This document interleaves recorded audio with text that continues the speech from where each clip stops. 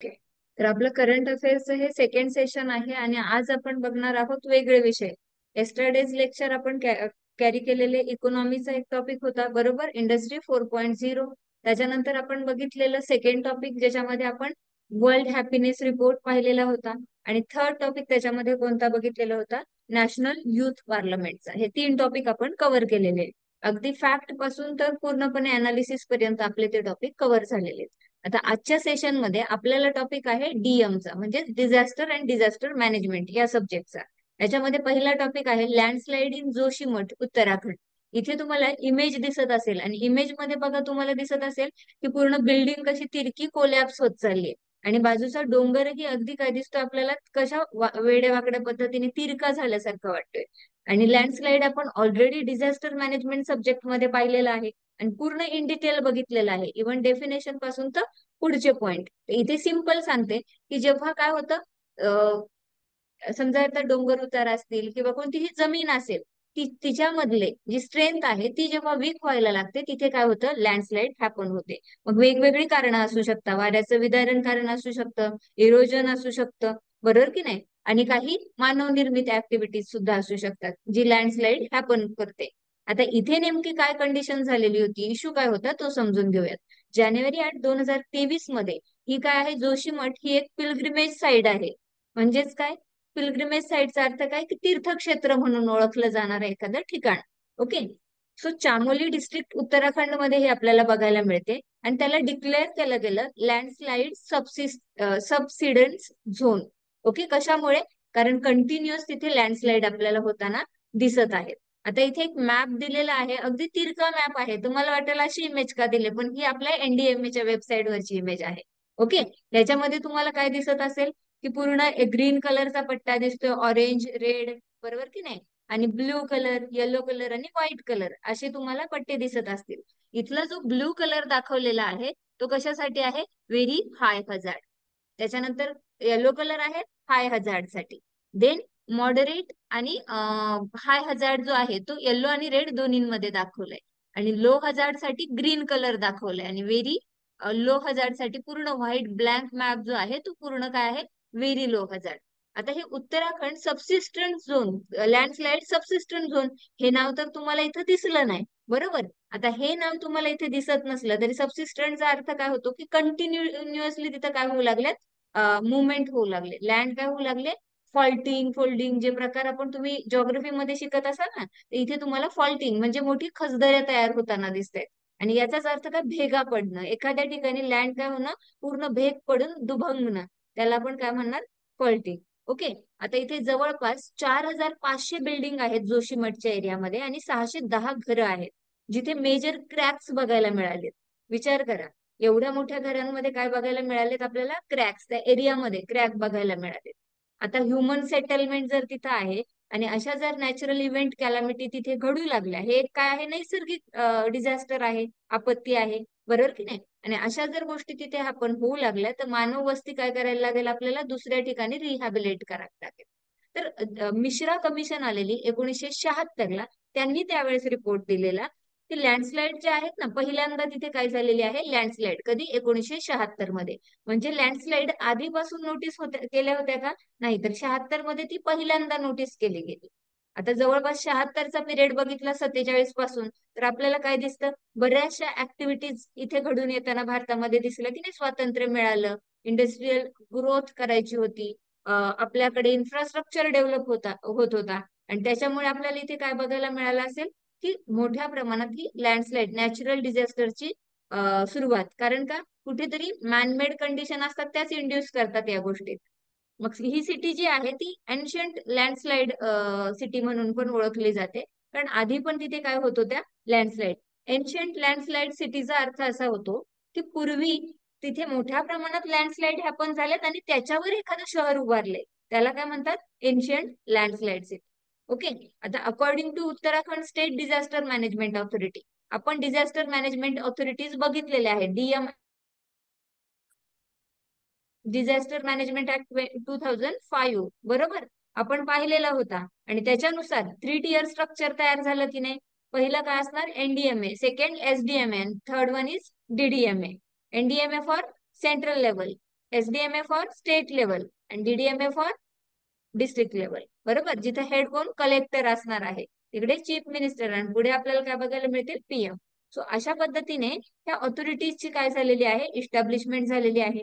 आता हा जोशीमठ हा जो एरिया आहे, तर अकॉर्डिंग टू SDMA तिथल्या उत्तराखंड स्टेट डिझास्टर मॅनेजमेंट ऑथॉरिटीच्या मते हा zone 5 seismic area, seismic zone map जो असतो ना, सेस्मिक झोन मॅपचा अर्थ काय, की आपल्या भारताने आपल्याकडचा जो पण एरिया आहे जिथे किती प्रमाणात कुठे भूकंप निर्माण होत आहेत आणि कोणत्या स्केलचा भूकंप आहे याच्यावरून काय केलेलं आहे, मॅप तयार केलेला आहे.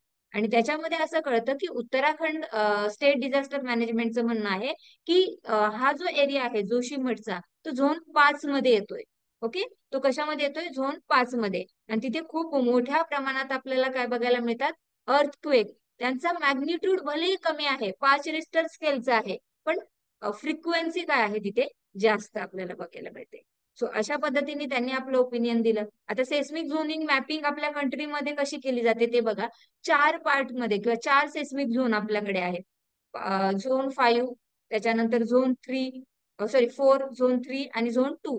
याच्यामध्ये झोन 1 नाहीये, लक्षात घ्या. झोन 5, 4, 3, 2, 1, 2 पर्यंत 4 झोन आहेत. झोन 5 जो आहे तो सेस्मिकली मोस्ट ऍक्टिव्ह रिजन म्हणून ओळखला जातो. आणि लिस्ट कोणता, झोन 2. हे पण आपलं डिटेल लेक्चर जे ऍपमध्ये होत आहेत ते त्याच्यामध्ये अर्थक्वेक सुद्धा झालेला आहे. ओके, सो अप्रॉक्सिमेटली 11% एरिया जो आहे आपल्या देशाचा तो कशामध्ये येतो, झोन 5 मध्ये. 18% झोन 4 मध्ये, 30% झोन 3 मध्ये, आणि उरलेला जो पण एरिया आहे तो कशामध्ये येतो, झोन 2 मध्ये. आता 30, 40 झाले, 48, 48 आणि पुन्हा 10, 58, बरोबर की नाही, आणि 59% एरिया हा काय झाला मग, या 4 झोन मध्ये येणारा. आणि उर्वरित 3 झोन मध्ये येणारा, 5, 4 आणि 3 मध्ये येणारा.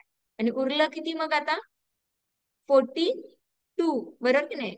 59 असेल तर 41% एरिया कशामध्ये येणार, झोन 2 मध्ये येणार. तर जोशीमठ मध्ये आपल्याला बघायला मिळते फॉल्ट लाईन. फॉल्ट लाईन कशाला म्हणतात, जेव्हा दोन मोठे जमिनीचे तुकडे एकत्र आलेले असतात आणि तिथूनच ते सेपरेट होतात, मग त्याच्यात वेगवेगळ्या मुवमेंट होतात, कन्व्हर्जन, डायव्हर्जन, बरोबर की नाही. ते भूपट्ट ज्याला तुम्ही म्हणता, तो भूपट्ट काय होतो, वेगवेगळ्या पद्धतीने मूव्ह होतो. पण जिथे ती एक तुकडा असतो, जिथे गॅप असतो, त्यालाच आपण काय म्हणणार, फॉल्ट लाईन, बरोबर की नाही. जिथे काय होते, खचदरी तयार, एखादा गॅप तयार होतो, त्याला आपण फॉल्ट लाईन म्हणणार. आणि हा एरिया काय असतो, वल्नरेबल एरिया असतो, कारण इथे कंटिन्युअसली टेक्टॉनिक ऍक्टिव्हिटीज चालत असतात. मग 2 प्लेट एकमेकात घुसणार, 2 प्लेट एकमेकांपासून दूर होणार किंवा एकमेकांकडे आकर्षित होणार. या सगळ्या ज्या ज्या काही गोष्टी आहेत त्या तुम्ही जिओग्राफी मध्ये शिकला असाल, बरोबर. ह्यालाच आपण काय म्हणणार, टेक्टॉनिक ऍक्टिव्हिटीज. आता लोकल्स जे आहेत तिथे तपोवन विष्णुगर हायड्रो इलेक्ट्रिक प्रोजेक्ट हा इस्टॅब्लिश झाला. आणि लोकल्स म्हणजे कोण, तिथले लोक, स्थानिक लोक. त्यांचं म्हणणं आहे हा प्रोजेक्ट NTPC म्हणजेच कोण, नॅशनल थर्मल पॉवर कॉर्पोरेशनचा प्रोजेक्ट आहे. आणि हा प्रोजेक्ट आल्यानंतरच तिथे काय होऊ लागल्यात, ह्या ऍक्टिव्हिटीज होऊ लागल्यात, हे म्हणणं आहे तिथल्या स्थानिक लोकांचं. आता तपोवन विष्णुगर प्रोजेक्ट जो आहे तिथे टनेल सुद्धा कन्स्ट्रक्ट करण्यात आलेले आहे जोशीमठच्या तिथे. आणि इथं लार्ज अमाऊंट ऑफ एक्सप्लोजिव्ह वापरले गेले. कारण का, टनेल क्रिएट करायचंय बोगदा, तर ते तसं तर बनणार नाही, तुम्हाला एक्सप्लोजिव्ह वापरावे लागणार, खडकांचे तुकडे होणार, आणि म्हणून त्यातून तुम्ही आर पार जाणार दुसऱ्या दुसऱ्या लाईनला, बरोबर की नाही. सो त्याच्यामुळे इथे काय होऊ लागलेलं आहे, फॉल्ट लाईन किंवा ह्या टेक्टॉनिक ऍक्टिव्हिटीज आणखी वाढू लागल्यात. म्हणून हे अर्थक्वेक प्रोन एरिया पण होणार आणि लँडस्लाइड प्रोन एरिया पण होणार. बिफोर अर्थक्वेक जर स्लो मुवमेंट आहे तर तिथं लँडस्लाइड हॅपन होणार. जे रॉक स्लाइड असू शकतं, मड स्लाइड असू शकतं, एनी अदर आपण टाईप बघितलेले आहेत, बरोबर. आणि जर ते पूर्णतः एकदम हायली वल्नरेबल झाला आणि तिथे सेस्मिक ऍक्टिव्हिटी होऊ लागल्या तर तो अर्थक्वेक प्रोन एरिया म्हणून ओळखला जाईल. ओके, सो आता हे जे आपल्याला शॉकिंग फॅक्ट ही आहे की उत्तराखंड मध्ये 5.4 सेंटीमीटर लास्ट 12 डेज मध्ये काय झालेलं होतं, एक सर्वे केलेला इस्रोने, आणि त्याच्यामध्ये कळालं की कंटिन्युअस काय होऊ लागलेलं आहे, तिथे मुवमेंट होऊ लागलेली आहे. लँडस्लाइड साठी काय होऊ लागलेले आहेत, स्ट्रेंथ वीक होऊ लागलेली आहे तिथल्या लँडमासची. आणि हे कंटिन्युअसली चालू आहे असं इस्रोचं म्हणणं आहे. ओके, ही न्यूज आपण बघतोय जान मधल्या. इस्रो कार्टोसॅट 2S सॅटेलाइटने हे काय केलेले होते, इमेज कॅप्चर केलेले आणि त्याच्यातूनच आपल्याला हा डेटा मिळाला. जनरली स्लाइड होणं जी सुरुवात झाली ना लँडस्लाइडची, ती 2 जानेवारी पासून 2023 पासून झालेली आहे. आणि 27 डिसेंबर 2022 ते 8 जानेवारी 2023 या पिरियड मध्ये लँड इरोजन इथे मोठ्या प्रमाणात वाढलेलं आहे, त्याचं स्पीड वाढलेलं आहे. म्हणजेच काय, जमीन इरोजन होणं म्हणजे काय, इरोजन म्हणजे काय समजतं ना पूर्णपणे, काय विदरिंग होणं, जमीन काय होणं, वीक होत जाणं. बरोबर, ती जी वीक होत ह्युमस गेली आहे लेअर आहे कधीपासून. ती पूर्णपणे, येस आरती. त्याच्यावरची जी ह्युमस लेअर आहे ती पण पूर्णपणे वाहून जाते किंवा त्यात काही म्हणजे पोषण द्रव्यच राहत नाही, पूर्णपणे तिचं क्षरण होऊन जाते. बरोबर. आता इथे हे क्षरण वेगळ्या अर्थाने घ्यायचं, ह्युमसचं नाही घ्यायचं. कारण का, हा लँडस्लाइड हा टॉपिक आहे आणि ह्युमसच्या क्षरणाने इथं मोठा परिणाम होणार नाही. इथला लँडमास जो आहे ना तो क्षरण पावतोय, वीक होतोय. इथे लँडचा अर्थ काय करणार, लँडमास कन्सिडर करा. ओके. सो अशा पद्धतीने इथे 27 डिसेंबर 2022 ते 8 जानेवारी 2023 या याच्यामध्ये स्पीड वाढलाय इरोजनचा आणि त्याच्यामुळे स्ट्रेंथ वीक होणार लँडमासची. मग तो लँडमास रॉक सुद्धा असू शकतात, मोठे डोंगर टेकड्या काही असू शकतो लँडमास म्हणजे. ओके. आणि तो वीक होत चाललाय, तर हे आपल्याला बघायला मिळालं. ही होती पूर्ण न्यूज कसली, जोशीमठ लँडस्लाइडची. ओके. सो या लँडस्लाइड आणखी जर तिथे प्रॉब्लेम सुरू झाले तर आपल्याला आणखी न्यूज मध्ये हे यावर्षी सुद्धा दिसणार. आणि जेव्हा आपण बघितले लँडस्लाइड मोस्टली मान्सून एरिया सुरू झाला की न्यूज खूप जास्त यायला लागतात, बरोबर की नाही, इतर सीझन पेक्षा किंवा इतर मंथ्स पेक्षा मान्सून मध्ये आपल्याला या इव्हेंट्स जे आहेत ते जास्त हॅपन होताना दिसतात. आता असा एरिया जो पिलग्रिमेज साइड आहे, तीर्थक्षेत्र आहे, म्हणजे इथे लोक नेहमीच जाणार. आणि आपण उत्तराखंडचं नाव लँडस्लाइड मध्ये पण खूप मोठ्या प्रमाणात घेतलेलंच आहे, बरोबर की नाही. मग इथल्या लोकांमध्ये काय होणार, इकॉनॉमिकल अस्थिरता तयार होणार. ते कोणत्याही बिझनेसवर पूर्णतः फोकस करू शकणार नाही, कारण तिथे नॅचरल डिझास्टर कंटिन्युअसली हॅपन होऊ लागले. बरोबर, म्हणजे इकॉनॉमिकली हे लोक काय करणार नाही, चांगले अचिव्हमेंट किंवा चांगलं त्यांना प्रोत्साहन मिळणार नाही, कारण तिथे स्टेबिलिटी नाही, या गोष्टी इव्हेंट कंटिन्युअसली होत आहेत. सेकंड, प्रॉपर्टी लॉस होणार. जर कंटिन्युअस अशी घरं वगैरे कोसळत आहेत याचा अर्थ तिथे प्रॉपर्टी लॉस होते मोठ्या प्रमाणात. बरोबर. देन जीवितहानी होणार. निसर्गाचं सुद्धा धोक्यात येणार, की जो पण व्हेजिटेशन कव्हर वगैरे आहे ते पण पुन्हा काय होणार, वेस्ट होणार ना, कोसळून जाणार त्याच्यावर दुसरी जमीन. आणि ही एन्शियंट साईट आहे, ही जमीनच बनली आहे कशाने, लँडस्लाइड्सने. म्हणजे अशा किती जमिनी एका खाली एकावर एकावर एकावर एक लेअर झालेली असणार आहे आणि जमीन तयार झालेली असणार आहे. म्हणून कदाचित ती अनस्टेबल पण असू शकते, असंही आपण इथे म्हणू शकतो. ओके. क्लिअर आहे हा टॉपिक तुम्हाला. क्वेश्चन विचारते आता, जोशीमठ मध्ये जे लँडस्लाइड आपल्याला बघायला मिळते त्याच्या इमेजेस आपल्याला कोणत्या ऑर्गनायझेशनने दिलेल्या आहेत, इस्रोने. इस्रोने इस्रोने दिलेल्या आहेत. हा एरियाला कार्टोसाइट काय म्हणून, 25. कोणता एरिया डिक्लेअर केलेला आहे, ह्या एरियाला कोणता area, landslide landslide substituent zone. Zone. Substituent yes Mansi, very good. Subsidence zone. Okay. आणि कोणत्या कमिशनने पहिल्यांदा इथे काय सांगितलेले आहे, लँडस्लाइड शो केलेले आहे किंवा त्याचं रिपोर्टिंग केलेलं आहे. Mishra commission report. Yes, Mishra commission report. Mishra कमिशनने आपला रिपोर्ट कधी दिला, 1976. 76. 1976. लँडस्लाइडला आपण किती पार्ट मध्ये विभागतो, 4 पार्ट्स मध्ये. 5 4 मध्ये. पार्ट्स मध्ये. ओके, 4 पार्ट मध्ये. आणखी कुणाला काय वेगळं वाटतं का, झोन 5, झोन 4, लँडस्लाइड हे बघा, अर्थक्वेक वेगळं, लँडस्लाइड वेगळं. सो लँडस्लाइडचा मी मॅप दाखवलेला आहे एनडीएमएचा. 4F5 कोणता लॉक करायचा, 5. 5. ओके. आपण बघा आता इथे मॅप मॅम मध्ये 4 आहेत 5 ना. पार्ट मध्ये नाही, नाही, तो अर्थक्वेकचा 4 आहे. हे लँडस्लाइड झोन जे आहे ते किती, 5 पार्ट मध्ये विभागले. Okay. Very low, low, then moderate, high आणि व्हेरी हाय. लास्टला व्हेरी लो आहे तर फर्स्टला व्हेरी हाय, सेकंड लास्टला लो कन्सिडर करायचं, दुसरीकडे हाय कन्सिडर करायचं आणि मधलं मॉडरेट. अशा पद्धतीने लक्षात ठेवायचं. ओके. आता मला सांगा, अर्थक्वेक प्रोन एरिया जो आहे तो किती पार्ट मध्ये आपण डिवाइड करू, 4 पार्ट्स मध्ये. 4 पार्ट्स मध्ये. सगळ्यात हायली वल्नरेबल पार्ट कोणता, 5 नंबर. येस 5 आणि सगळ्यात लिस्ट सेकंड. सेकंड. इथे फर्स्ट आहे का? नाही आहे. नाही. नाही. ओके. सो सगळ्यात हाय म्हणजे कोणता? फिफ्थ आणि सगळ्यात लो म्हणजे सेकंड. हे लक्षात ठेवा. आता इथे आपल्याला आणखी एका इन्स्टिट्यूटचा उल्लेख होता ऑथॉरिटीचा, state disaster management authority. Okay. ही कोणत्या कायद्याने इस्टॅब्लिश झालेली आहे? 2005. Disaster management act 2005. 2005. ओके.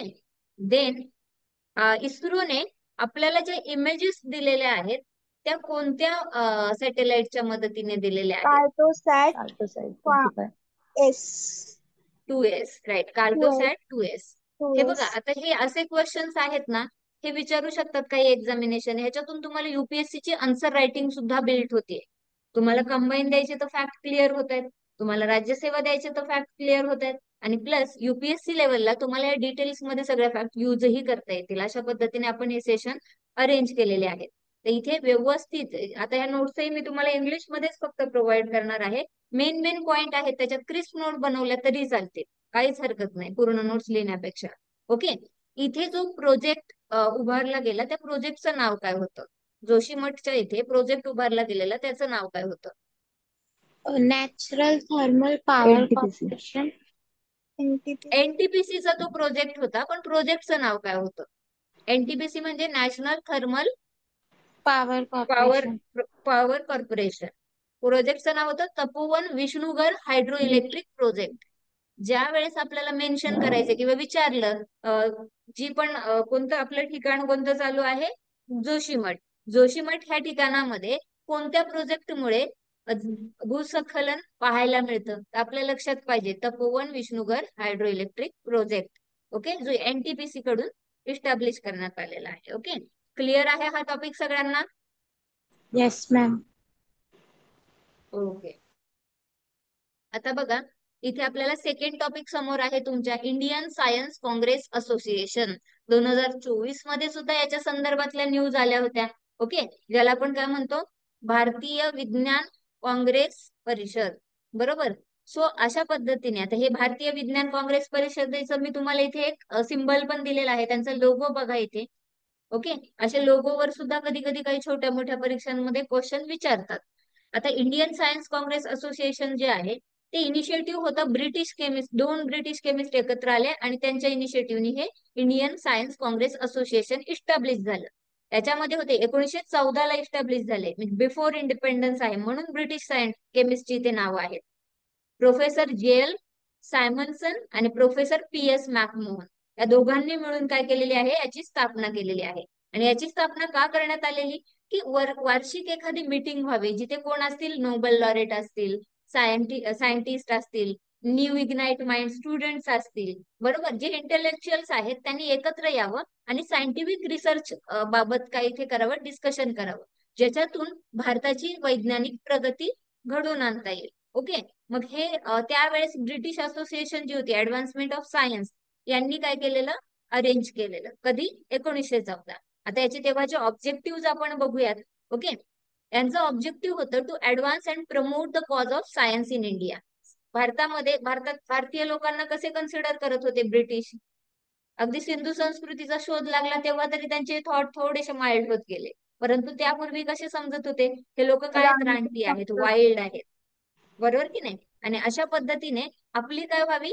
प्रगती व्हावी, ऍडव्हान्समेंट व्हावी सायन्सच्या फील्डमध्ये, म्हणून त्यांनी काय केलं? की असोसिएशन इस्टॅब्लिश केली. सेकंड होतं हे जे अॅन्युअल काँग्रेस होल्ड होणार त्याच्यासाठी काय असावं? एक सुटेबल प्लेस असावं, जेणेकरून एखाद्या ठिकाणी लोक एकत्र येण्यासाठी त्यांना काहीतरी platform, place in the sense platform असावं. हे जसेच्या तसे पॉइंट आहेत त्यांच्या वेबसाईटवरचे. ओके.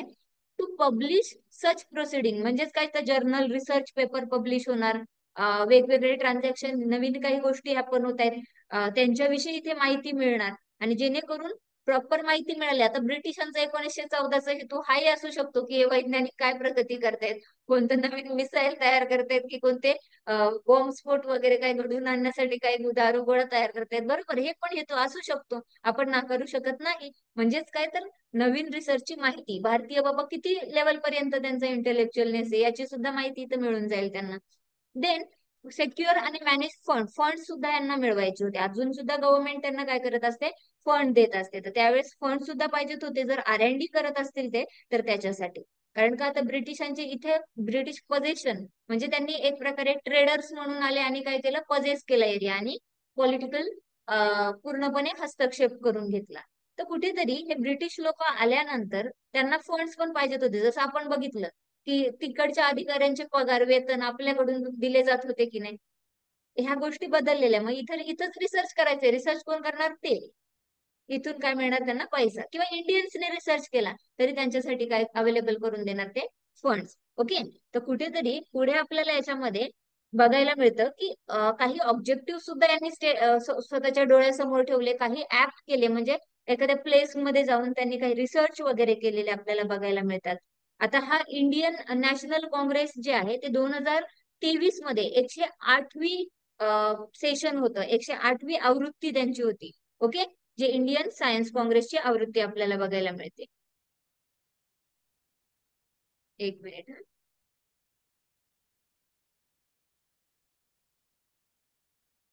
आता ही मीटिंग जी आपण बघतो की ब्रिटिश असोसिएशनने त्यावेळेस काय केलेली, अरेंज केलेली मीटिंग होती. त्याच्यानंतर बऱ्याचशा मीटिंग काय झाल्या, हॅपन झाल्या. इथे एक तुम्हाला बसचं चित्र दिसत असेल, जी नागपूरला आता जे लास्ट आवृत्ती झाली ना, तर ही इस्रोने काय केलेली होती, अवेअरनेस क्रिएट करण्यासाठी बस तयार केलेली. हालाकी तिच्या क्लिअर इमेजेस नाहीयेत आणि हे इस्रोच्याच वेबसाईटवरचं पिक्चर आहे.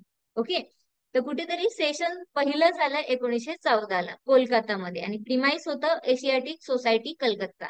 आता एशियाटिक सोसायटीमध्ये इतिहासात पण तुम्ही ऐकत असाल, बरोबर की नाही, तिकडे वेगळ्या पर्स्पेक्टिव्हने, पण तिथे पहिल्यांदा याची काय झाली, मीटिंग झाली. कधी, 1914ला.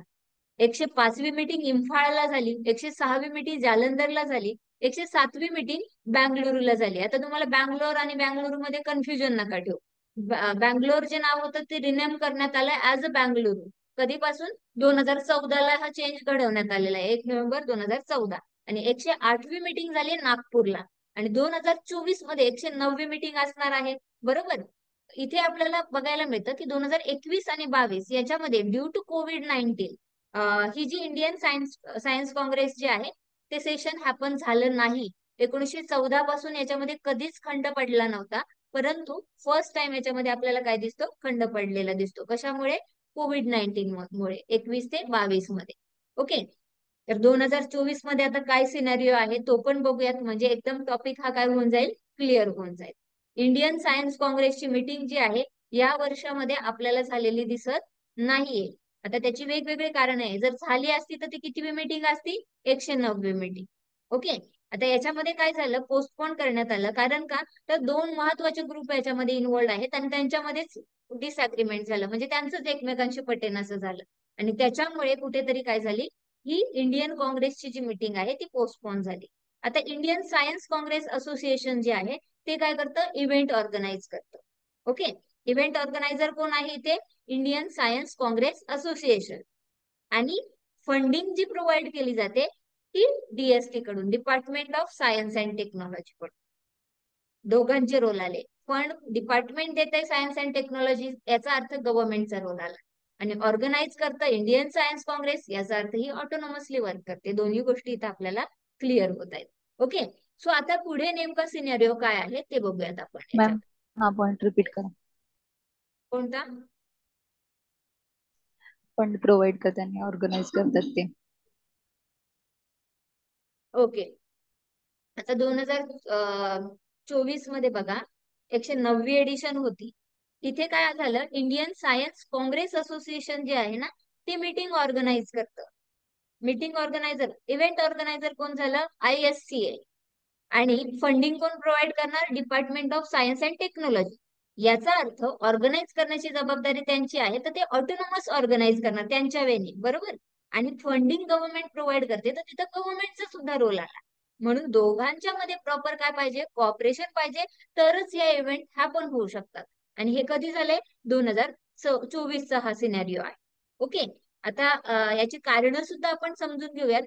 त्यापूर्वी मग आपल्याकडे आता आहे इन्फॉर्मेशन 2023 ची. ओके, जी कुठे झालेली आहे मीटिंग, नागपूरमध्ये. एकच मिनिट हा, आपली स्लाइड हे करते मी. असोसिएशन होती राष्ट्रसंत तुकडोजी महाराज नागपूर युनिव्हर्सिटी. इथं काय झालेलं आहे, 3rd to 7th जानेवारी 2023 मध्ये कितवी मीटिंग झालेली असणार आहे, ही 108वी मीटिंग. नागपूर बाबत आधी समजून घेऊयात. ओके, एकच मिनिट माझं याची बॅटरी.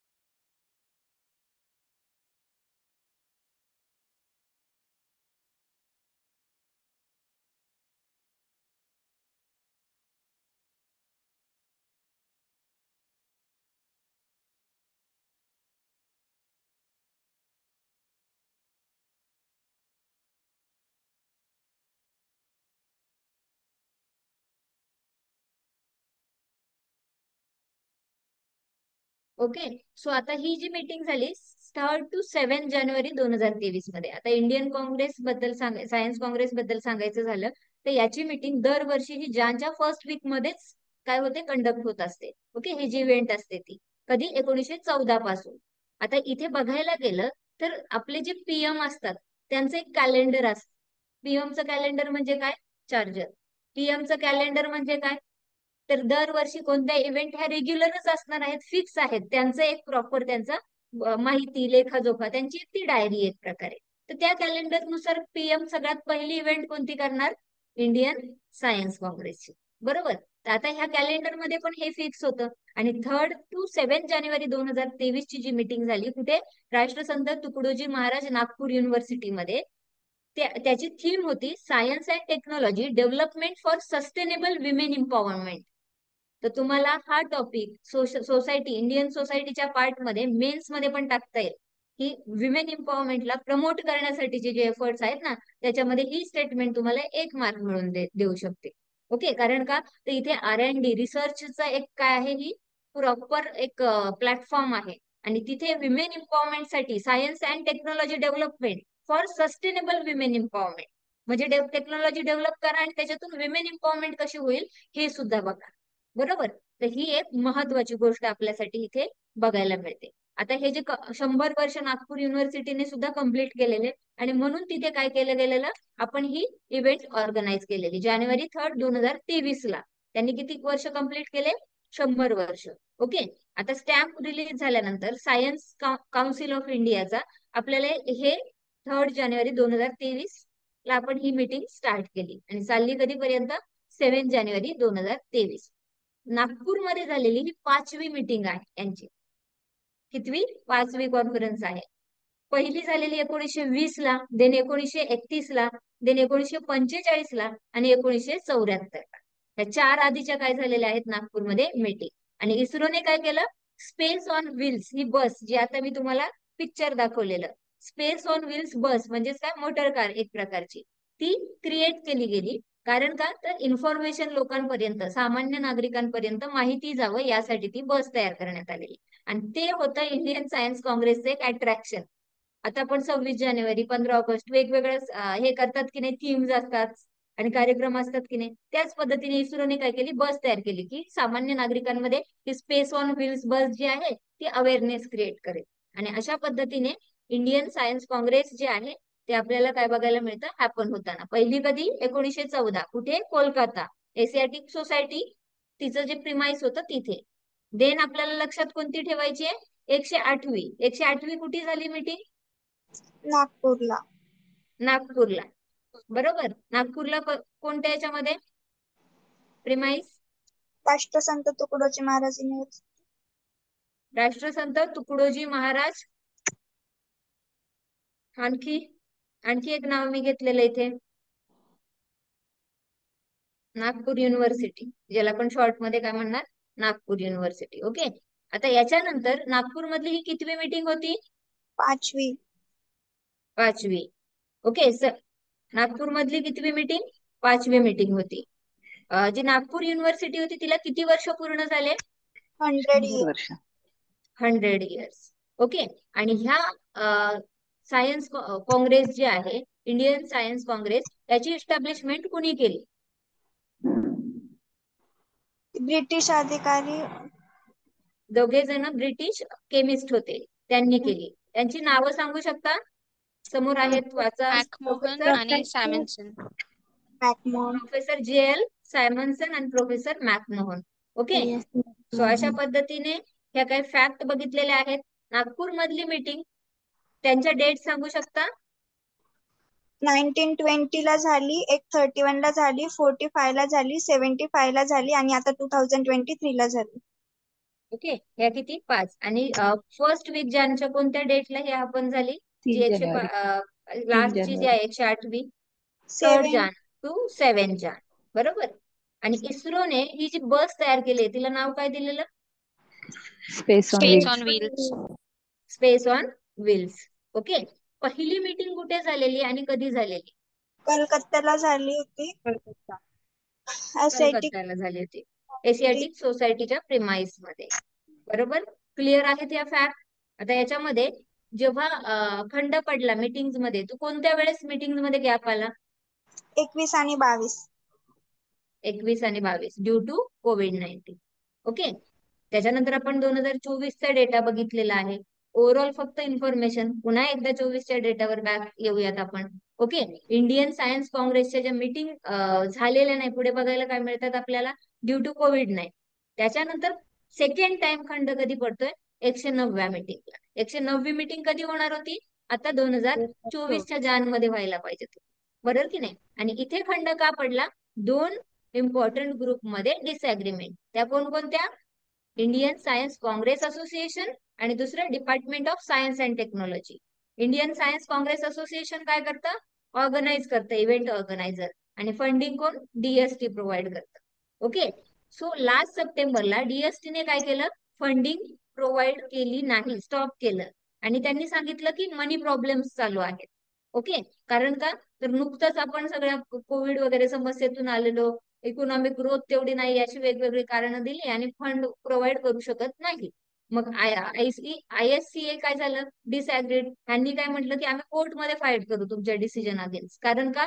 तर फंडिंग देण्याचं हे आपलं ठरलेलं होतं की तुम्ही फंडिंग देणार, आम्ही इव्हेंट ऑर्गनाईज करणार. आणि हा इश्यू कोर्टमध्ये गेला, याचा अर्थ तो लगेच सॉल्व्ह होईल का? नाही. तो रिझॉल्व्ह अजून झाला नाही आणि म्हणून ही मीटिंग डिले झाली.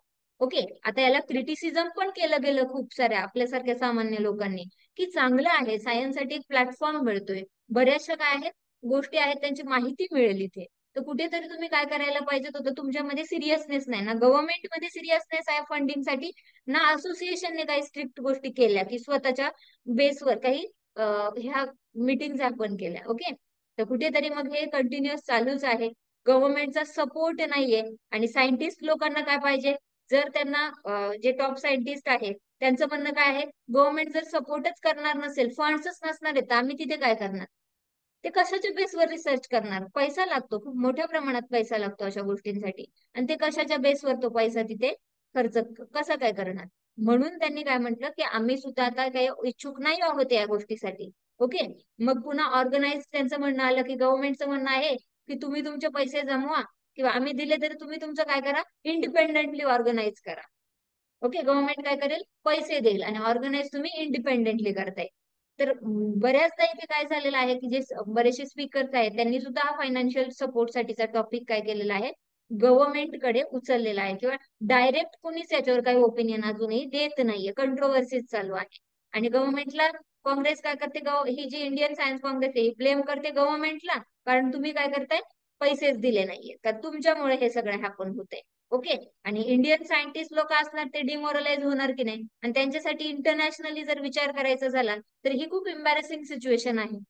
कारण का? दरवर्षी होणारी एखादी इव्हेंट जी 1914 पासून चालू आहे, आणि आता 2024 मध्ये गव्हर्नमेंट त्याला फंडिंग देत नाही. एम्बॅरेसिंग आहे. प्रेस्टिज असते ना या गोष्टीची, कंटिन्युटी असते. एखादी गोष्ट तुम्ही बोलताय, देताय, कंटिन्युटी आहे, हॅपन होत आहेत, आणि तुमच्या गव्हर्नमेंटकडे फंड्स नाहीयेत. हे इंटरनॅशनली कसं वाटेल? रिसर्च अँड डेव्हलपमेंटचा जो प्लॅटफॉर्म आहे, एक बेसिक प्लॅटफॉर्म, तिथे गव्हर्नमेंटकडे काय नाहीये? फंड नाहीये. हे काय होतं? एक क्रिटिसिझम पण आपण गव्हर्नमेंटला करू शकतो. तर ही आपली पूर्ण सेकंड न्यूज होती, ती कव्हर केलेली आहे आपण. बरेचसे मुद्दे जे गरजेचे होते ते याच्यामध्ये इन्क्लूड केलेले आहेत. याच्यापेक्षा एक्स्ट्रा इन्फॉर्मेशन याच्यामध्ये ऍड करायची काही एक गरज नाहीये. ओके. देन पुढचं आहे Vagir submarine inducted into navy. Okay, म्हणजेच काय, तर नेव्ही मध्ये त्या वागीर सबमरीनला इन्क्लूड करण्यात आलं. आता ही 5th सबमरीन आहे फ्रेंच बिल्ड स्कॉर्पिओ क्लासची. आपण फ्रेंच कडून काय करतो, फ्रान्स कडून, रशियाकडून मदत घेतो की नाही वेगवेगळ्या गोष्टींसाठी, डिफेन्स साठी वगैरे. तर हे French build Scorpio class INS Vagir ही कितवी, 5th सबमरीन आहे. आणि ही इन्क्लूड करण्यात आली 23 जानेवारी 2023 ला. ओके, एक स्पेशल सेरिमनी केलं त्याच्यासाठी. म्हणजे अशा गोष्टींना आपण काय करतोय, प्रोत्साहन देतोय. तर एक न्यूज अशी आहे की जिथे गव्हर्नमेंटला फंड नाही, आणि दुसरा न्यूज अशी आहे की जिथे काय करतायत, सेरेमनी करतायत. हे सेरेमनी तुम्हाला वाटेल की मग का पैसे का घालवताय तिथे, तर त्याचं कारणही असतं. सगळ्या जगाचं लक्ष वेधलेलं असतं. जर तुम्ही काही तुमच्या आर्मी, नेव्ही, एअरफोर्स मध्ये काही नवीन गोष्टी, नवीन तंत्रज्ञान काही इन्क्लूड करताय, तर त्यांनी त्याची जगाने नोंद घ्यावी. त्याच्यातून आपली डेटरॅबिलिटी वाढते. दुसरा देश काय करेल, विचार करेल एखादं पाऊल उचलताना की आपण पण काय आहोत, सक्षम आहोत, शस्त्रास्त्रांनी काय आहोत, सक्षम आहोत. याच्यासाठी अशा सेरेमनी ह्या गव्हर्नमेंटला कराव्या लागतात, दोन्ही साईड बघायच्या कधी पण. ओके. तर नेव्हल चीफ जे आहेत ऍडमायरल आर, ह्यांनी काय केलं, नेव्ही मध्ये हे हरिकुमार यांच्याकडे हे सोपवलेलं आपल्याला बघायला मिळतं. ओके. आता वागीर सबमरीन जी आहे ती डिप्लॉय केलेली आहे western division of navy. Division आपले आहेत बरोबर. इंडिया काय आहे, कोणता कंट्री आहे, पेनिन्सुलार नेशन आहे, बरोबर की नाही. म्हणजे काय, पेनिन्सुलारचा अर्थ काय होतो, द्वीपकल्पीय प्रदेश की ज्याच्या तिन्ही बाजूनी समुद्राने त्याला वेढलेलं असतं. बरोबर. हा काय आहे, एक प्रकारचा असा प्रदेश ज्याच्या तिन्ही बाजू काय केलेल्या आहेत, समुद्री पाण्याने वेढलेल्या आहेत, आपल्याला बघायला मिळतात. ओके. तर आता इथे काय झालं, आपलं वेस्टर्न डिव्हिजन आहे, मग तिथं कोणता भाग येतो वेस्टर्न डिव्हिजनचा, समुद्र कोणता येतो आणि कोणता पार्ट येतो, सांगा बरं. अरबी समुद्र येतो ना. अरबी समुद्र येतो. ओके. आणि वेस्टर्न घाटचा एरिया पूर्णपणे आपण म्हणू शकतो बरं, की मुंबई वगैरे हा महत्वाचा एरिया, मुंबई, केरळा वगैरे, अगदीच गुजरात पासून खालच्या टीप पर्यंतचा एरिया, त्याला आपण काय म्हणणार, वेस्टर्न घाट म्हणणार. आता ह्या वेस्टर्न डिव्हिजन मध्ये काय केलेलं आहे, डिप्लॉय केलेली आहे ऍज पर प्रोजेक्ट 75. एक प्रोजेक्ट आहे आपल्याकडे सबमरीन साठी, त्याचं नाव आहे प्रोजेक्ट 75. याच्यातून काय केले जाणार आहेत, 6 सबमरीन बिल्ड केल्या जाणार आहेत. आपलं जे माझगाव डॉक आहे ना, तुम्ही वॅकन्सीज बघत असाल माझगाव डॉक मध्ये भरती, बरोबर की नाही. हे माझगाव डॉक आहे, तिथे काय केले जाणार आहे, त्या सबमरीन बिल्ड केले जाणार आहेत. आणि ह्या बिल्ड करण्यासाठी प्रोजेक्ट कोणता आहे, प्रोजेक्ट 75. किती सबमरीन असणार आहे, 6 सबमरीन. ओके. फर्स्ट सबमरीन जी आहे ती INS वागीर आहे, जी कमिशन झालेली आहे नेव्ही मध्ये 1973 पासून. कधीपासून, 1973. आता तिचं काय केलं आपण, फ्रेंच बिल्ड स्कॉर्पिओ क्लास म्हणून तिला पुन्हा रिजनरेट केलं एक प्रकारे. ओके. आता ही रिटायर्ड कधी झालेली, 1973 ची जी होती INS वागीर, ही कधी 2001 ला ती आउट ऑफ वर्क, म्हणजे तिला काय केलं, रिटायर्ड करण्यात आले. आता याचे फीचर्स आपण बघूयात, वैशिष्ट्य काय काय आहे. तर the water transfer to place in November 2020. Okay. ही पाण्यामध्ये आपण ट्रान्सफर कधीपासून करणार आहोत, नोव्हेंबर 20. जलावरण ज्याला म्हणतो, जलावरण नोव्हेंबर 2020 मध्ये झाले, म्हणजे त्याची टेस्टिंग आपल्याला झालेली बघायला मिळते. ओके. त्यानंतर डिसेंबर 2022 मध्ये, एक मिनिट हा, एक पेज दिसत नाही इथे. आता दिसेल. त्याच्यानंतर डिसेंबर 2022 मध्ये आपल्याला काय बघायला मिळतं की हे हँडओव्हर केली कुणाला, नेव्हीला आपल्या. ही सगळ्यात शॉर्टेस्ट सबमरीन आहे बिल्ड, आतापर्यंत बिल्ड केलेली सगळ्यात छोटी सबमरीन. आणि 5th कलावरी क्लास सबमरीन आहे. ओके. कलावरी क्लास श्रेणी जी म्हणतो ना आपण, ती कोणती, कलावरी श्रेणी, कितवी, 5वी. Stealth that is a submarine that is not detected by any radar. म्हणजे स्टीलचा अर्थ काय होतो की इथे ही अशी सबमरीन आहे जी कोणत्याच रडारवर डिटेक्ट होणार नाही. म्हणजे ही आपल्यासाठी काय असणार आहे, महत्वाची. कशामुळे, सबमरीन कशी आहे, शॉर्टेस्ट सबमरीन एव्हर बिल्ड, छोटी पण आपल्याला बघायला मिळते. आणि हिच्यासाठी तंत्रज्ञान कोणतं वापरले, French scorpion technology. Okay. France कडून घेतलेलं तंत्रज्ञान आपण काय केलेलं आहे, वापरलेलं इथे बघायला मिळतं. आणि समुद्राखाली महिला अधिकाऱ्यांना घेऊन गेलेली ही पहिली सबमरीन आहे. First time. आता चालू किती आहे? 2023चा आपण 24, करंट अफेअर्स बघतोय. 23. हे 23चं समजा बघतोय पूर्णपणे. बरोबर. 2023च्या या करंट मध्ये आपल्याला पहिल्यांदा महिला कुठे गेलेल्या आहेत? सबमरीन मध्ये विमेन ऑफिसर गेलेल्या आहेत. हे बघायला मिळतं. कमांडर यस दिवाकर हे काय होते? कमांडर ऑफिसर होते तिथे INS वागीर मध्ये. ओके. तो ह्या बेसिक फॅक्ट आहेत तिच्याबद्दल. आता प्रोजेक्ट 75चा इथे उल्लेख झाला. बरोबर. त्याच्याबद्दल थोडक्यात समजून घेऊयात आपण. प्रोजेक्ट 75 काय आहेत? तर भारत सरकारने असं ठरवलं की नौदलाकडे काही आणखी आपल्याला पाणबुड्या देण्याची गरज आहे. आणि जवळपास 25 सबमरीन आपण काय करूयात? नौदलाला देऊन टाकूयात. म्हणजे हा जो प्लॅन आहे हा जवळपास 30 वर्षांसाठीचा प्लॅन बनवण्यात आलेला आहे. ओके. 2005 मध्ये भारत आणि फ्रान्सने काय केला करार, जो आता माझगाव डॉक मध्ये किती तयार होत आहेत सबमरीन्स, पाणबुड्या? 6 पाणबुड्या आपल्याला तयार होताना दिसत आहेत. बरोबर की नाही? तर त्या स्कॉर्पियन डिझाईन करण्यासाठी भारत आणि फ्रान्सने काय केला? एक करार केला. आणि जवळपास तो करार कधी केलाय? इथे दिसत असेल तुम्हाला 2005 मध्ये हा करार त्यांच्यामध्ये हॅपन झालेला आहे, इंडिया अँड फ्रान्स मध्ये. आणि त्याच्यापैकी पहिली सबमरीन आपण रिसीव्ह केली 2017 मध्ये. आपल्या नौदलाला पहिली सबमरीन कधी मिळाली? 2017 मध्ये. ओके. देन $3.75 इतक्याचा काय होता हा कॉन्ट्रॅक्ट आपल्याला बघायला मिळतो. ओके. $3.75 हा कॉन्ट्रॅक्ट आपल्याला बघायला मिळते. रिसीव्ह कधी केली? 2017 मध्ये. ओके. सो अशा पद्धतीने हे बेसिक प्रोजेक्ट 75 च्या काही बेसिक्स आहेत. कोणी मार्क करतं का तुमच्यापैकी? मार्क नका करू. कविता मार्क नका करू, मॅम कारण ते ते असं दुसऱ्या कसं काय पेजवर होतं कुठे मॅम? येतं. मे बी तुम्ही स्क्रीन शेअरचं काहीतरी मगाशी ना, माझी स्क्रीन शेअर जेव्हा होत होती ना, तेव्हा काहीतरी झालं तुमच्याकडून. एक ती मिनिट माझी हा मॅम, दिसत नव्हती एक ना. मिनिट हा. हा. काय करायचं मला समजत नाही. ते आपोआप कसं हा काय आता मॅम इरेज तुमच्याकडून? झालं. ओके. ओके. ओके ठीक मॅम. आहे. आता ओके. सो अशा पद्धतीने आपण काय बघितला? हा प्रोजेक्ट 75 आपण पाहिलेला आहे. किती $1 बिलियन फ्रान्स बरोबर करार झाला? 3.75. येस, 3.75. कधी पहिली आपल्याला पाणबुडी म्हणजे सबमरीन आपल्याला फ्रान्सने दिली? 2005. नो. 2017. 2017. 2017 राईट. 2017. ओके. आणि आपण जो प्रोजेक्ट 75 तयार केलेला आहे तो किती वर्षांचं विजन ठेवून तयार केलेला आहे? 30 years. 30 इयर्स. आणि फर्स्ट भारत आणि फ्रान्स मध्ये हा जो करार झाला तो कधी झाला? कोणत्या वर्षी झाला?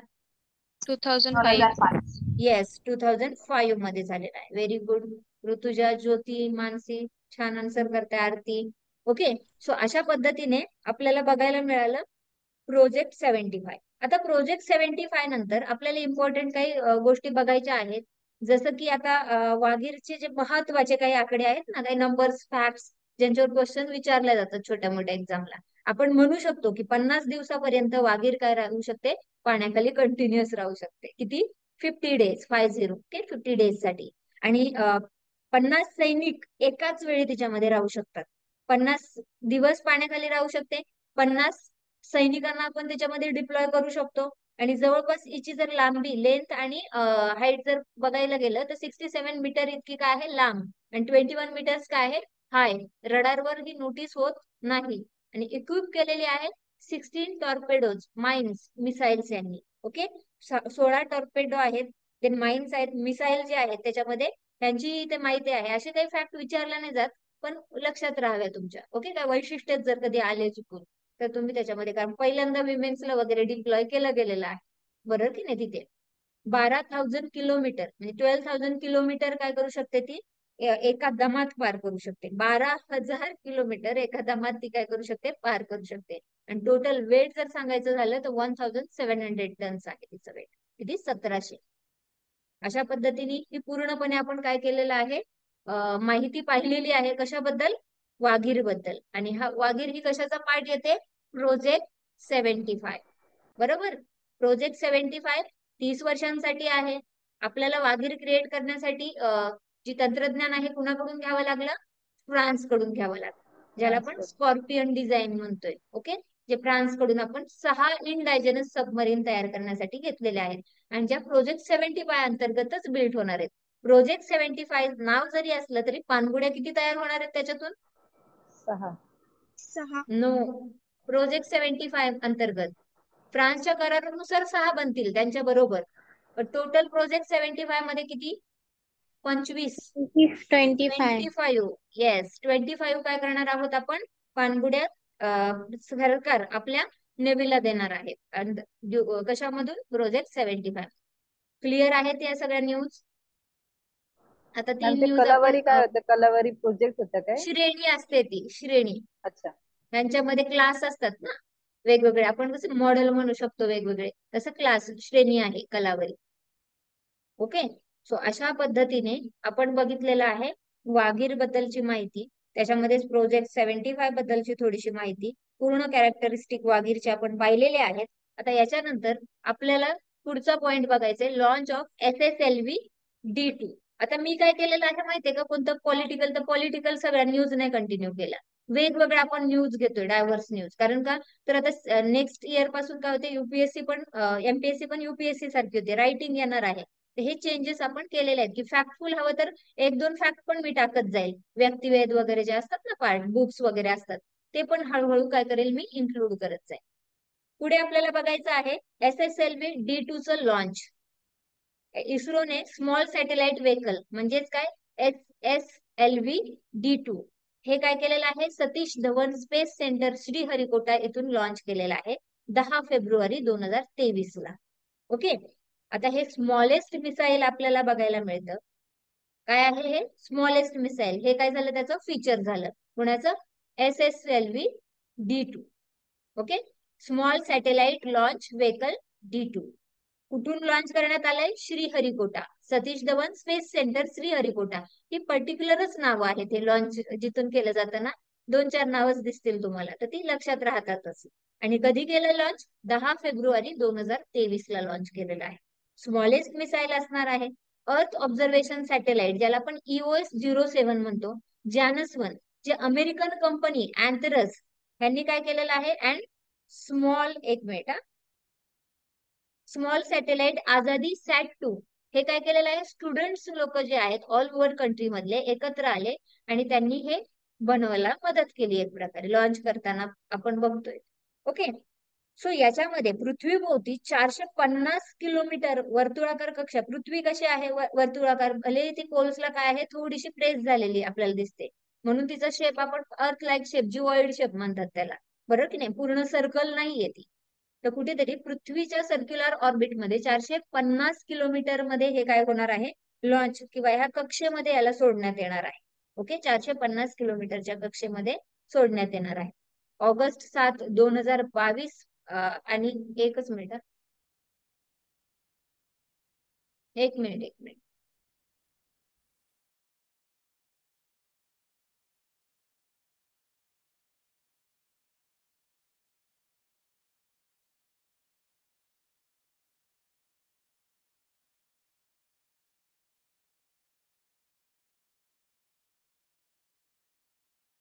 ओके, सो अशा पद्धतीने आपल्याला काय बघायला मिळतं? चल,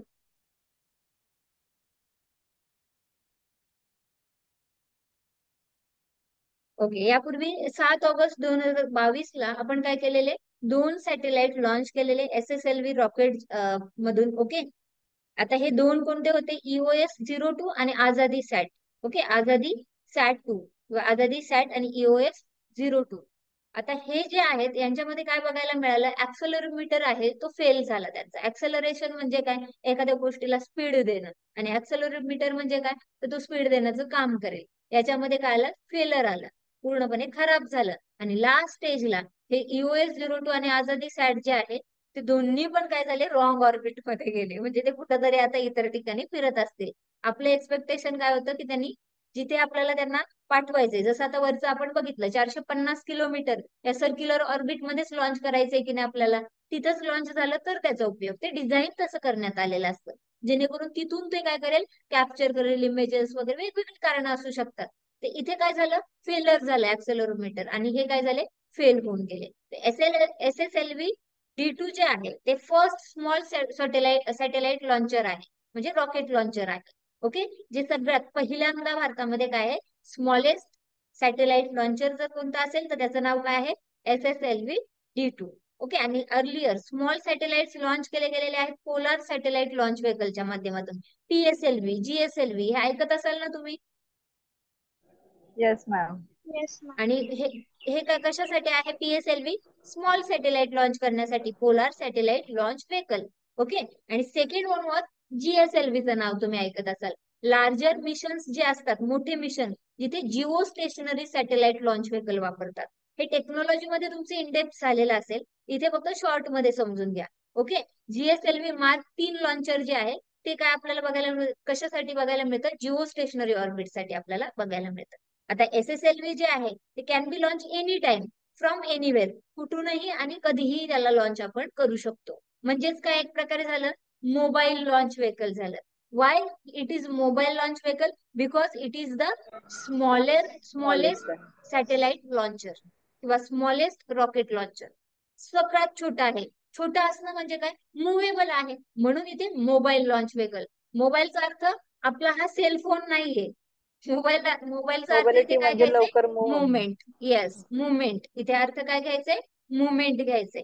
सो मोबाईल लॉन्च व्हेकल जे आहे ते कोणतं असणार आहे, SSLV. ओके, जे प्रिपेअर केलेलं आहे, कोणत्याही एनी लॉन्च पॅड त्याच्यासाठी वापरा तुम्ही, एनी टाइम त्याचा यूज करा, एनीवेअर यूज करा. आणि ही खूप युनिक गोष्ट असणार आहे, याच्यामुळे खूप साऱ्या गोष्टींना कलाटणी मिळेल. कारण का छोटे मोठे जे पण रिसर्च चालणार असतील, जिथे एक्सपेन्सेस परवडत नाही, मोठा खर्च परवडत नाही, त्यांच्यासाठी हे काय होऊन जाईल, एकदम सोपं होऊन जाईल या गोष्टीचा, सॅटेलाइट लॉन्चरचा वापर करून. ओके, आता SSLV जे आहे use to launch 500 kilogram satellite low orbit. Okay, हे काय करतं, या रॉकेटला आपल्याला बघायला गेलं तर 500 किलो वजनाच्या उपग्रहांना खालच्या कक्षेत सोडण्यासाठी याचा वापर होतोय. लो ऑर्बिट म्हणजे काय, खालची कक्षा. ओके, आणि किती किलो वजनाच्या, 500 kg ह्या वजनाचे जे सॅटेलाइट असतील त्यांना लॉन्च करण्यासाठी याचा वापर होऊ शकतो. कारण का, हे स्मॉल आहे, तर याच्यापेक्षा लार्ज असतील तर तुम्हाला काय करावं लागेल, बिगर मिशन. आणि लार्जर मिशन साठी geo stationary satellite launch vehicle GSLV वापरावं लागेल. ओके, आता पुढे आहे एका सॅटेलाइटची माहिती. एक मिनिट, एक पेज इथं काय होतं, पूर्णपणे जाऊन निघून जाते. ओके, याची हाईट आहे, रॉकेट ची हाईट आहे 34 मीटर्स पर्यंत.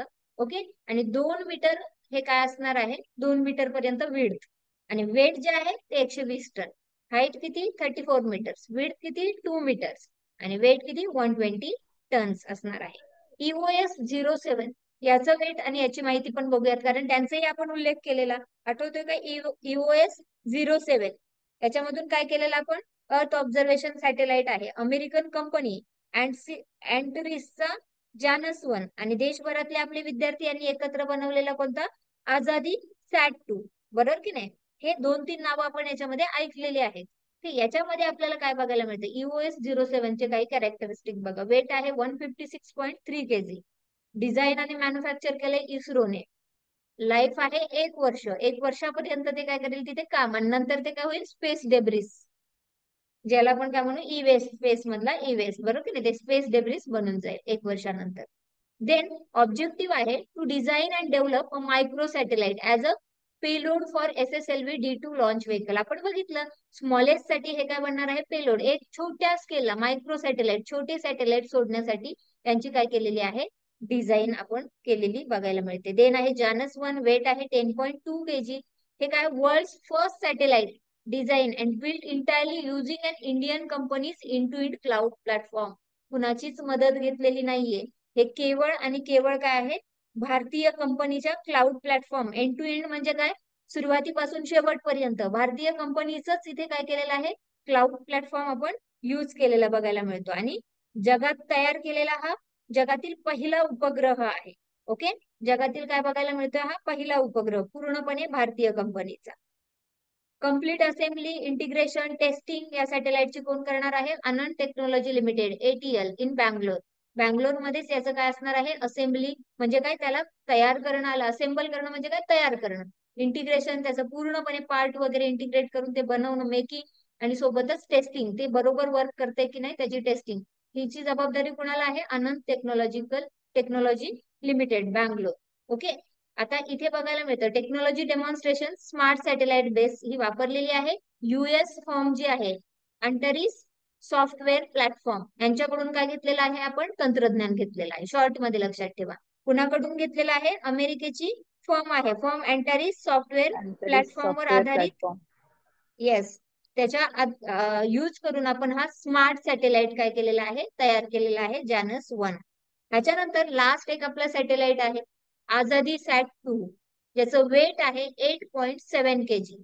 ऑब्जेक्टिव्ह आहे Lara and radio communication capabilities याच्यामध्ये आहेत. तेच महत्वाचं ऑब्जेक्टिव्ह आपलं होतं की लोरा आणि रेडिओ सप्रेशन क्षमता प्रदर्शित करायची होती आणि रेडिएशनची पातळी जी आहे रेडिएशन लेवल स्पेस मध्ये ते आपल्याला पाहायची होती. आपल्याला काय करायचे मोजायची होती, काउंट करायची होती. आणि सोबतच अराउंड 750 फिमेल्स जे आहेत अक्रॉस द कंट्री आपल्या त्या काय आहेत हे सॅटेलाइट बिल्ड करण्यामध्ये गायडन्स देत आहेत. कुणाला? Of space kids India Chennai. म्हणजे सगळ्यांनी एकत्र मिळून काय केलेलं आहे आझादी सॅट-2 हे तयार केलेलं आपल्याला बघायला मिळतं. किती फिमेल्स आहेत त्याच्यामध्ये? 750. आणि आज आपण जेवढ्या पण न्यूज बघितल्या सेकंड, थर्ड, फोर्थ तिन्ही ठिकाणी फिमेलचा पॉइंट आलेला आहे की जग बदलतंय. विमेन एम्पॉवरमेंट साठी आधी प्रोव्हिजन करावे लागायचा, तर इक्वॅलिटी जी दिसत नव्हती ती आता दिसू लागले. प्रत्येक ठिकाणी विमेन्सचं पार्टिसिपेशन काय केलं वाढवलं आणि ऑल फील्ड्स मध्ये वाढवलेलं दिसतं. ही खूप मोठी गोष्ट असणार आहे. ओके, सो आज सगळ्या महत्वाच्या आपण काय केलेल्या आहेत ह्या न्यूज कव्हर केलेल्या आहेत. आपलं हे 1 तासाच आपण काय ठेवलेलं आहे सेशन ठेवलेलं आहे करंट अफेअरचं. डेली आपण हे 1 तास कंटिन्यू करणार आहोत. उद्या पण सेम वेळेमध्ये हे सेशन होणार. मी नोट्स काय करणार आपण एक विचार करतोय की याच्यासाठी एक कोर्स डिझाईन करू आणि जेवढे स्टुडंट आपल्याशी जोडले जातील मग ते लायब्ररीज मध्ये असू दे कुठलेही असू दे तुमचे फ्रेंड सर्कल मध्ये असतील त्यांना तुम्ही काय करा आपल्या या कोर्सची किंवा याची माहिती द्या सगळ्यांसाठी. कारण 2023च आहे तर आपण सगळ्यांसाठीच काय करूयात हे कॉन्टेंट देऊयात. कारण लास्ट अटेम्प्ट असणार आहे सर्व मुलांचा ऑब्जेक्टिव्हचा. तर आपल्याकडून काही हेल्प झाली तर ते चांगलंच होणार आहे. ओके, तर मी काय करते तुम्हाला काही पोस्टर किंवा काय असेल तर ते पाठवते आणि इथला नंबरही पाठवते ज्याच्यावर व्हॉट्सअप थ्रू मुलं काय करू शकतील कॉन्टॅक्ट आणि त्यांना आपण ती लिंक सुद्धा प्रोव्हाइड करून देऊ जेणेकरून बऱ्याचशा विद्यार्थ्यांना आपल्याकडून काय होईल ही मदत होईल आणि तुम्ही सुद्धा ते काय करा या विद्यार्थ्यांपर्यंत पोहोचवा. ओके, आणि एक कोर्स असेल तर मलाही सोपं जाईल की लिंक त्या कोर्स मध्ये टाकली की ती सगळ्यांना मिळेल. नाहीतर कुणाला लिंक जाते कुणाला नाही जात मग कन्फ्युजन होतं ना. म्हणून आपण काय करू सेपरेटच करू कारण ही 10ची लिंक असेल आणि 5:30ची मग ते AM PM चं त्या दिवशी पण कन्फ्युजन झालं तर कुठेतरी काय होतं कन्फ्युजन होतं. ठीक आहे, थांबायचं मग. Yes ma'am. थांबायचं. Okay, thank you so much for your participation and cooperation. जय हिंद, जय भारत. Thank you ma'am. वेलकम.